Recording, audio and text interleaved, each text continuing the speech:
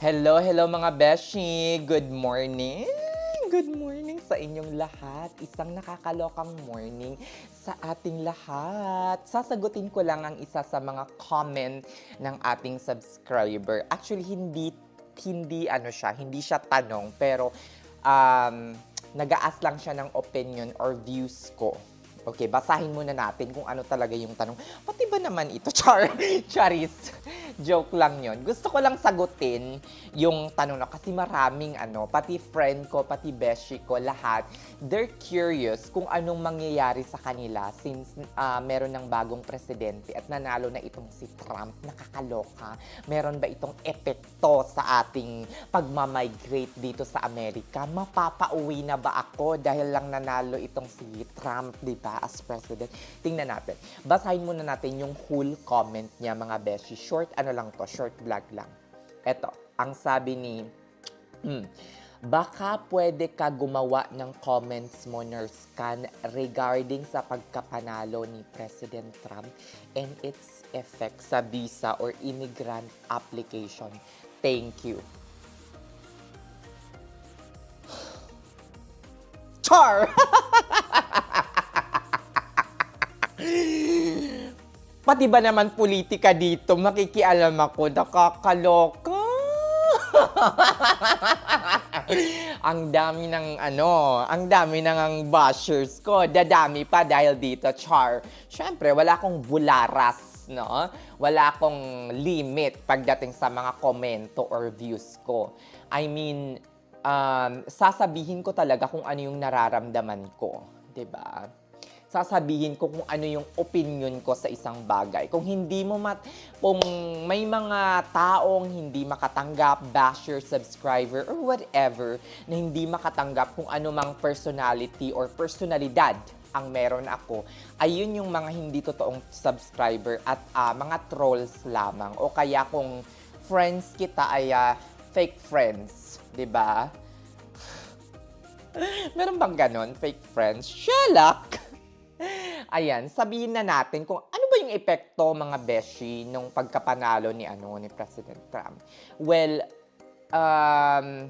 alam naman siguro ito ng lahat kahit hindi ko na-explain. Yun nga lang, yung mga nasa Pilipinas pa, nasa Saudi pa, nasa Abu Dhabi, Qatar, yung parang ewan ko kung gusto lang nilang marinig mismo sa aking bunganga. Alam naman nila yung sagot eh. Feeling ko nasa dulo ng brain or utak nila yung sagot. Yun nga lang, gusto talaga nilang marinig mismo galing sa akin. Galing sa akin, char! Or galing sa mga nandito na. Kasi nga, alam ko naman yung feeling na parang siguro kabang-kaba, nanalo na si ganito, nanalo na si ganyan, baka hindi tayo makarating dito on time. Makakarating po kayo dito on time. I promise. I promise, Shalak. Ayun. Iba kasi yung impact din kapag, siguro galing sa akin. Char! Shalak. Nakakaloka. Ano ba yan? Mag-work up ako later. Nadidistract ako kasi may nag-PM sa akin about my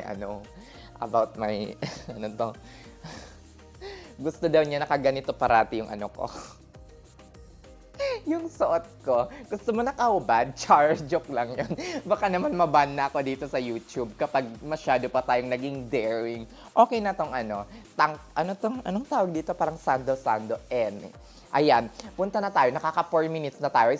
Baka may magsabi na naman, "Uy, direct to the point ka naman, Nurse Can. Sinasayang mo yung oras namin, no?" Ang gusto naming marinig, yun na yon. Karakaraka, sabihin mo na agad. Wag na yung marami pang patumpik-tumpik pa. Pasensya na at napakahaba ng intro ko, madam. Char, joke lang yon. Ayan. Kung harsh yung nakikita ninyo sa mga comment section, mas harsh po yung mga nare-receive kong messages or DMs or personal messages galing sa mga taong basher. Hindi ko na lang inilalabas. Char! Shalak! Sinasabi ko na lang, Shalak, ayan, nandyan na yung TPA. Iano mo na, day.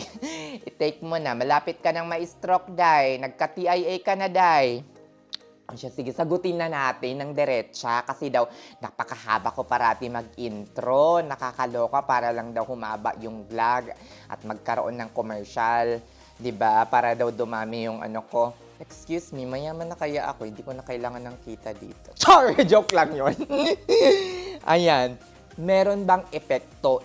It was made clearly, even before, nung presidente pa si Trump.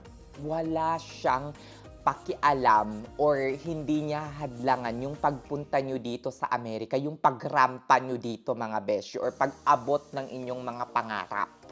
Kung pupunta kayong legal dito sa Amerika, lalo pat in our case, pupunta tayo as an RN.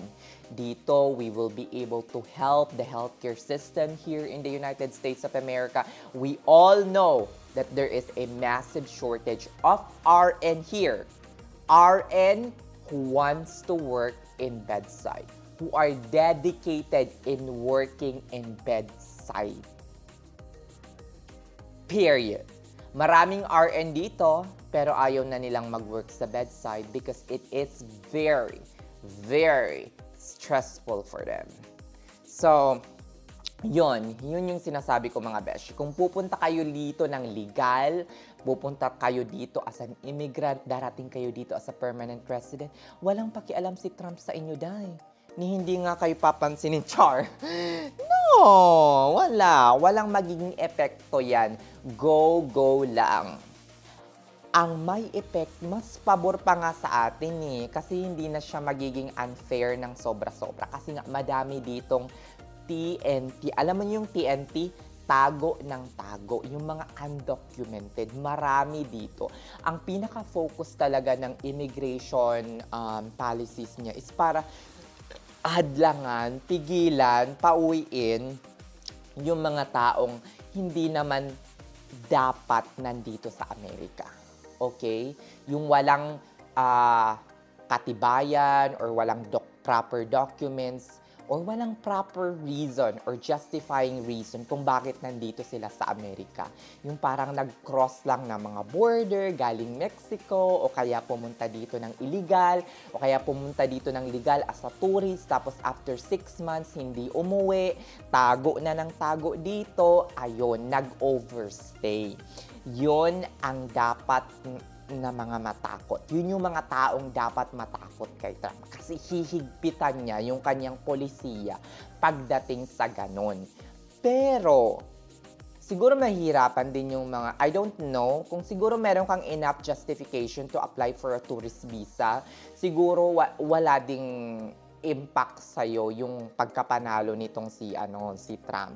Pero, as someone na pinitisyon ng kanilang employer, 'di ba? Pinitisyon ng kanilang employer as an immigrant visa holder, EB3 or kung ano man, tapos you have all the documents that you need to qualify for that visa.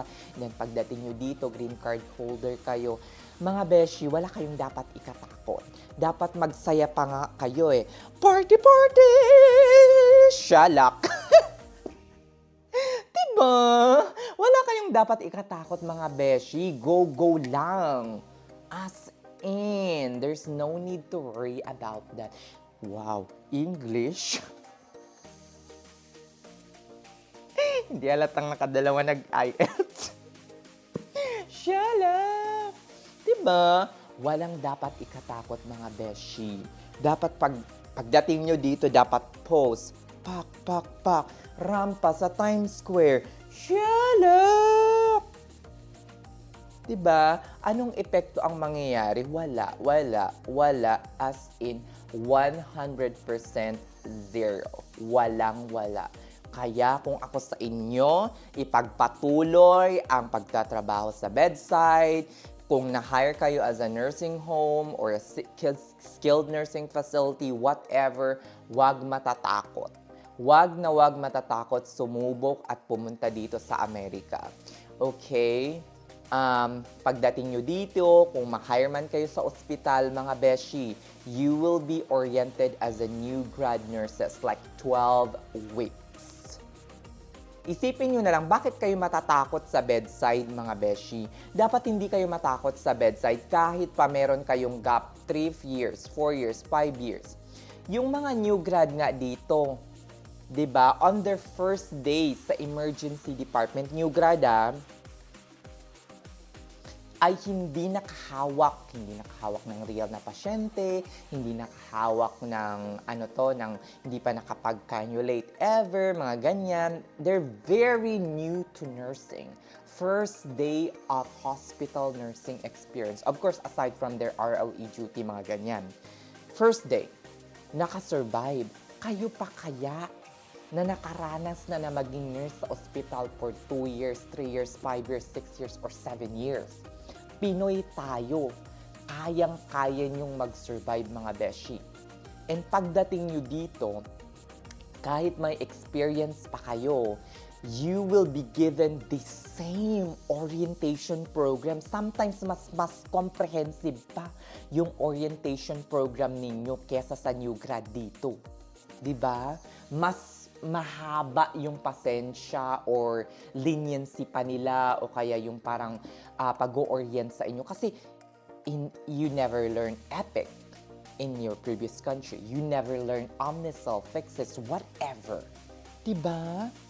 Mas maano pa sila, parang ano tong tawag dito, parang mas maluwag, in short pa sila kesa sa mga new grad na nandito na on their first day as an international RN.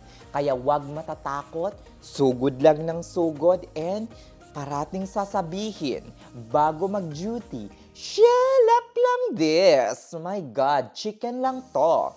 Rampa, pak, after 3 months, kaya ko to. Okay? Wag matatakot. Shalak! O siya, sige na mga inday. Babush na, mga beshi, sa aking mga followers, subscribers. At mga kung sino man, mga bashers na parating nanonood ng video ko, thank you so much. Okay? Hanggang sa muli nating pagkikita. And hopefully, mga beshi, makarating kayo dito sa Amerika on time. At sa mga subscriber ko na nandito na sa Amerika, thank you so much for watching. Dahil nanonood pa rin kayo sa akin, maski karamihan ng mga content videos ko is more on nakafocus sa pag-i-encourage at pag-motivate sa ating mga Conars na papunta pa lang dito. I don't know, comment down below kung nagugustuhan ninyo yung aking mga sinasabi or yung aking mga eme vlog na to. Shalak! O siya, sige na mga inday, hanggang sa muli. Thank you so much! Bye!